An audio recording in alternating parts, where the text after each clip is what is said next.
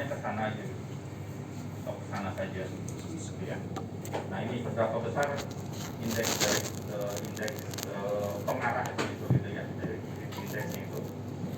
Jadi semakin kecil sudut pancaran dari beamnya, pancaran gelombang akustiknya itu semakin bagus gitu ya, karena nanti geometri screeningnya akan semakin bagus. Dia energinya itu hanya berjalan ke satu arah saja.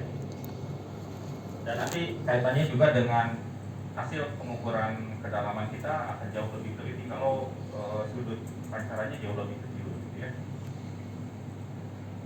Kemudian ada yang disebut dengan reverberation level, itu adalah getaran-getaran yang diakibatkan oleh gelombang akustik yang kita pancarkan yang pada saat dia mengenai benda itu. Misalkan kita mengeluarkan gelombang akustik, dia kena ke dinding kapalnya, kena ke badan airnya, kena ke dasar laut, kena ke segala macam. Dan mereka karena kena getaran, dia juga ikut bergetar. Nah, getaran dari masing-masing benda itu yang disebut sebagai reverberation. Jadi getaran dari benda akibat dikenai oleh satu gelombang akustik. Ya.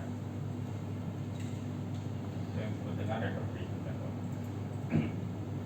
Kemudian pada saat dia menerima, itu ada yang disebut dengan echo level. Jadi source level, echo level gitu ya. Source level, echo level itu jadi dari yang dipancarkan 100 desibel mungkin yang diterima tinggal 20 gitu ya, atau tinggal 30 desibel gitu. Yang echo-nya, yang gelombang baliknya. Nah, kenapa dari yang 100 yang balik hanya 20, yang 80-nya kemana gitu? Yang 80-nya ya hilang pada saat penjalaran, kemudian diganggu oleh noise gitu ya, kemudian di scattering, disebarkan oleh ke tempat lain dan sebagainya. Nah itu kolektor. Kemudian detection threshold ini adalah batas echo level yang bisa dideteksi oleh alat transducer kita ya. Karena kalau yang dipancarkan 100 kemudian yang datang itu cuma 5, itu kurang kuat untuk bisa didengar lagi gitu ya. Jadi ada batas pendengaran tertentu yang bisa diterima. Nah, selama di medium itu ada noise, ada transmission loss gitu ya. Jadi ada noise, ada transmission loss. Noise itu suara-suara yang berasal bukan dari sonar yang kita pancarkan. Jadi misalkan noise itu ada suara kapal gitu ya, ada suara riak air, mungkin ada lumba-lumba lagi ngobrol gitu di bawah atau apa gitu. Intinya suara-suara yang bukan dari sonar yang kita berikan, itu adalah noise ya. Dan transmission loss yang tadi ya, selama perjalanan kan dia mengalami atenuasi dan tadi geometrical spreading, kemudian target strength dan backsteering strength. Jadi target strength itu adalah seberapa banyak yang bisa dipantulkan oleh objek yang kita deteksi, dan scattering itu memang dipantulkan tapi tidak balik ke sini gitu, tapi dia keluar, dia menghambur keluar. Nah, secara umum paling gampang rumusnya seperti ini kan ya, yang dikeluarkan kemudian dikurangi yang hilang selama penjalanan, ini yang diterima gitu kan ya, betul nggak? Jadi kalau dikeluarkan 100, pada saat turun hilang 20, pada saat naik hilang 20, berarti yang diterima berapa? 60 ya. Nah, ini rumus paling sederhana. Tapi pada kenyataannya tadi kan ini mengeluarkan suara gitu ya. Kapal juga menyebabkan ada suara gemercik di air. Belum kalau kapalnya pakai kapal nelayan yang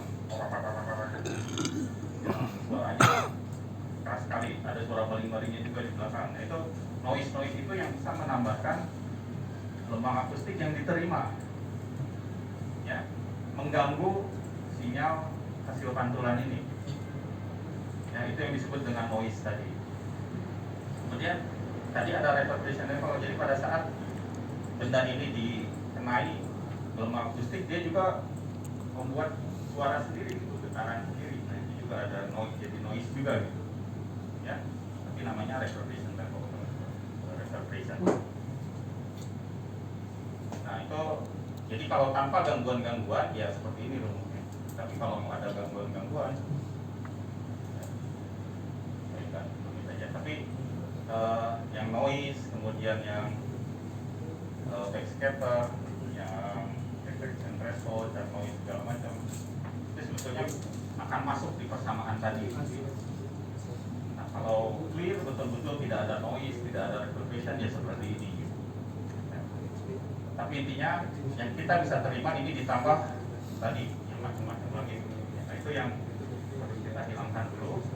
Atau ini akan bagus kalau ininya lebih besar dibanding noise-nya. Ya, kalau gelombang suara, jadi gini, kayak kita ngobrol, tapi di tengah orang lagi ribut gitu kan di pasar gitu atau gimana. Jadi saya ngobrol pun nggak dengar dia suara saya gitu karena noise di luarnya terlalu besar gitu. Nah, seperti itu kira-kira ya. Nah, supaya message kita sampai, suara kita terdengar dengan baik, maka harus sepi dulu di luarnya gitu. Nah, seperti itu juga di laut juga begitu ya. Jadi kalau suara kapal itu terlalu keras, riak airnya terlalu besar, ada suara angin segala macam, di bawah juga mungkin ada sinyal lain, nah itu bisa mengganggu transmisi kita. Ya, paham?